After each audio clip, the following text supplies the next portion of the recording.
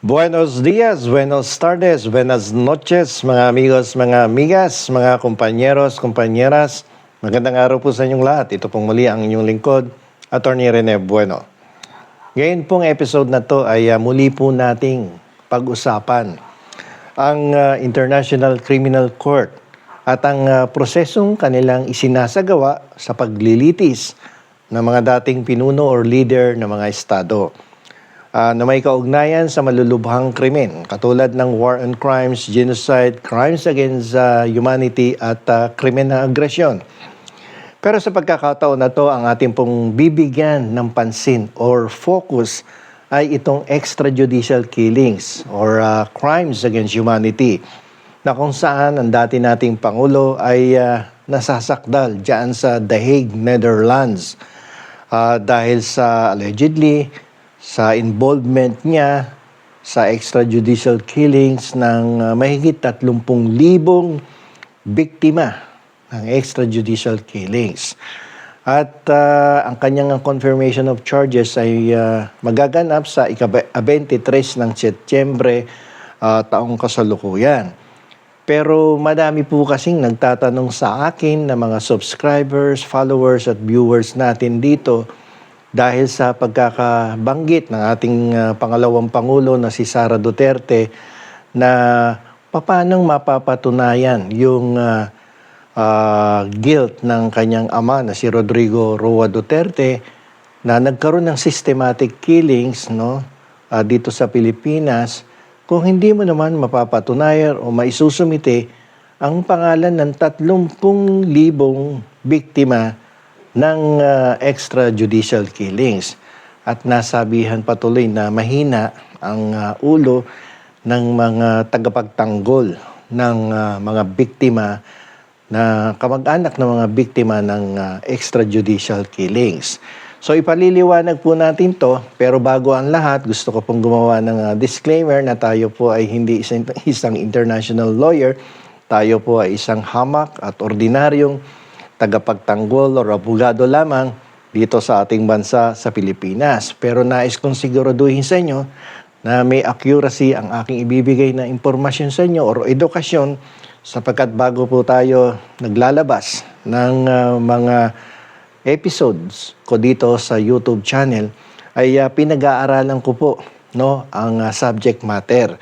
Dahil available naman yan sa libro nababasa din naman yan ng lahat ng abogadong nagtsatsagang magbasa at unawain ang mga batas at mga prinsipyong pinaiiral ng International Criminal Court. In fact, nung College of Law namin, may subject kami niyan, yung International Law.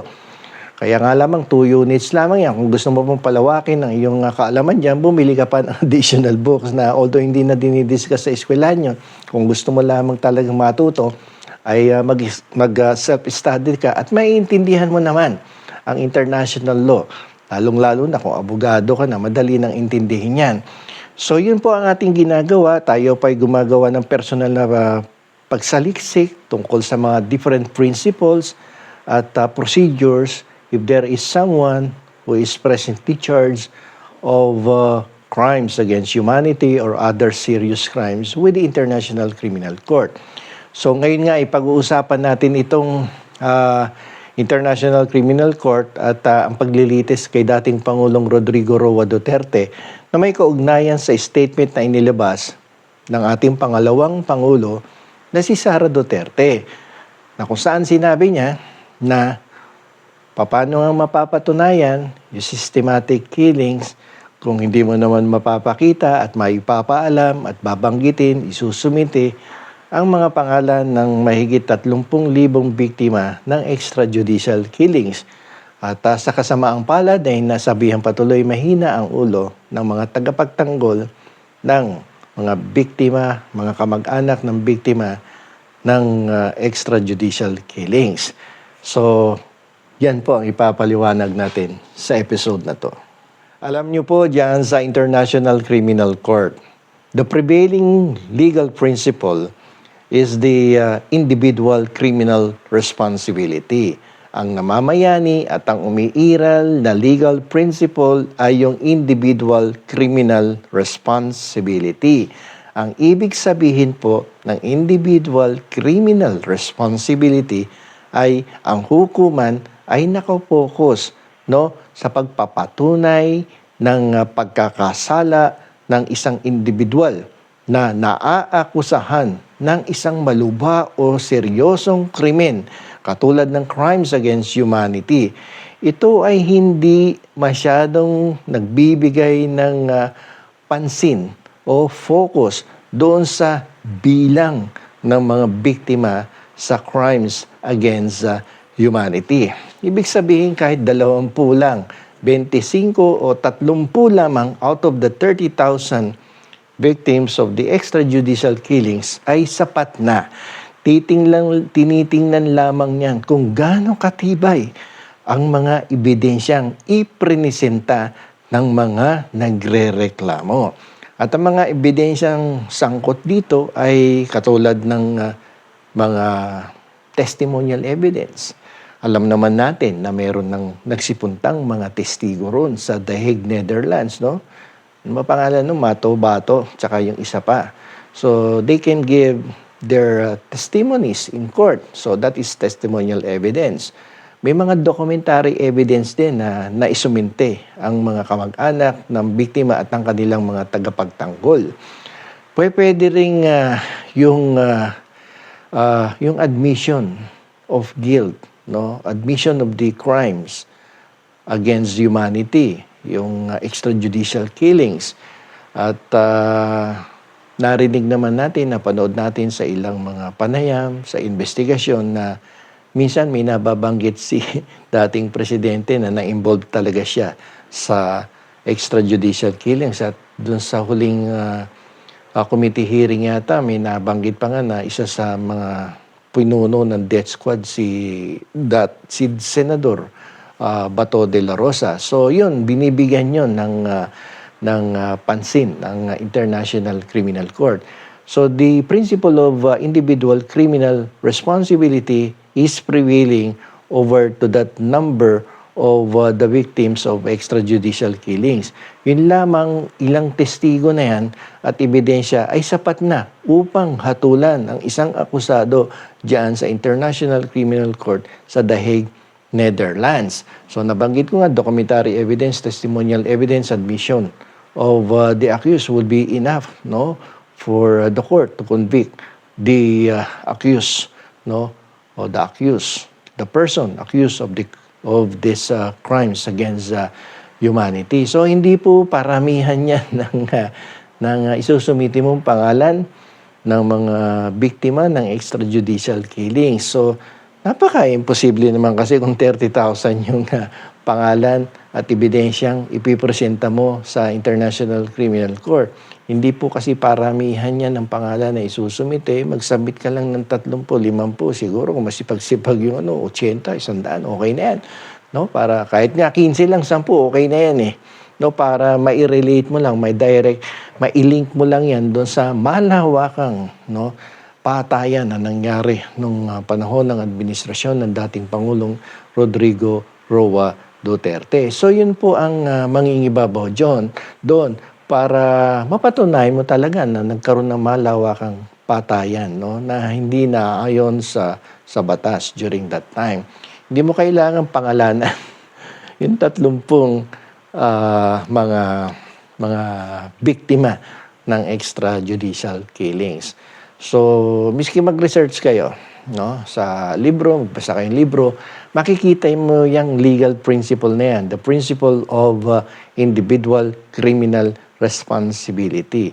So, kaya siguro hindi kumikibo si Attorney Conti, yung Assistant Counsel sa International Criminal Court. Kasi isang style yan ng mga taong marurunong that if they are being attacked by an opponent, tapos mali-mali sinasabi ng kalaban mo sa korte, ay the best thing for you to do is to be silent. And then if ever somebody will ask you about this statement na medyo mali or mali-mali, ay ang tamang sagot dyan is that I will not answer to that kind of argument or comment because answering back would be below my standards. So, ganun ang sagot doon. So, hindi mo papansinin talaga yun. Otherwise, you will stoop down to his or her level. So, dapat medyo mataas-taas naman ng konti yung level of discussion. At talagang ganun. So, may mga tao talagang ganun, may mga abogadong ganun. Kapag tinitira mo yan, tapos mali-mali naman yung sinasabi mo sa akin, hindi kita papansinin. Kasi pag pinansin kita, magka-level na tayo. So, hindi kita papansinin talaga. At tatalikuran lang kita, bahala ka sa buhay mo.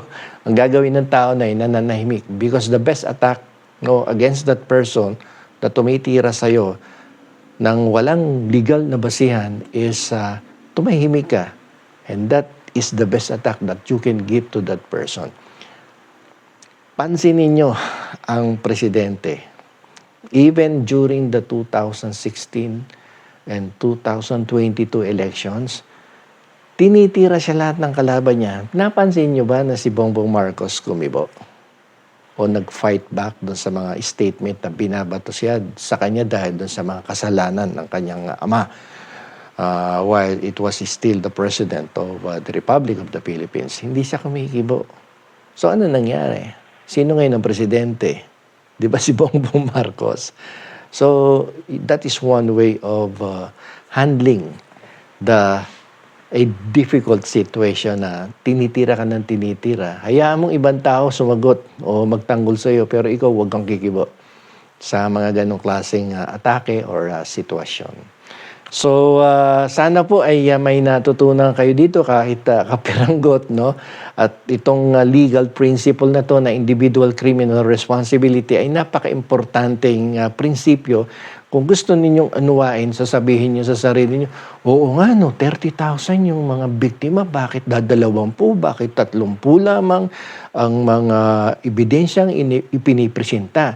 So, sabihin nyo na lang, ang focus talaga ng International Criminal Court is doon sa pagpapatunay sa pagkakasala ng isang individual na naaakusahan ng seryoso o malubhang krimen katulad ng crimes against humanity. Ito, ang paghahatol sa akusado ay hindi nakabatay o hindi patayan ang numero ng mga biktima. Bagkus ang batayan ay yung tibay at lakas ng mga ebidensyang pinipresenta upang mapatunayan lamang na merong extrajudicial killings na nangyari nung mga panahon na yun. Okay? So, hindi po yan paramihan ng sinumiting pangalan. Palakasan ng pagpapatibay sa mga ebidensyang iprinisinta sa International Criminal Court. So, klaro po, mga amigos, mga amigas. So, hanggang dito na lamang po. At huwag pong kalimutan mag-like, mag-share, at mag-subscribe dito sa akin pong YouTube channel. Madaling araw na naman dito sa Pilipinas. So, kasi ngayon lang po tayo nakakakuha ng oras. Minsan, katulad yan, may dalawa akong kausap na kliyente. Hindi ko naman pwedeng hindi kausapin. At dumating ako dito hapunan na. Siyempre, hindi ka naman makakapag-vlog agad. Magpapahinga, medyo magre-relax, tsaka uupuan itong ating camera. Hindi tayo makapag-live dahil pasensya na kayo, ako po hindi techie sa paggamit ng mga cellphone, ng laptop or tablet sapagkat nung isang gabi nag-live ako, mahina boses, tabingi pa yata mukha ko. So, mas maganda na yung ganito, i-record ko, sabay upload kagad, no? Parang live na din. Kaya lamang, hindi ako makakasagot kagad sa inyong mga katanungan. Kung may tanong kayo, doon na lang sa comment section at pagtsatsagaan ko kung kayang sagutin pa, ay pipilitin ko sumagot sa inyong mga katanungan. So, nga dito na lamang po, ito po muli ang inyong lingkod, Attorney Rene Bueno.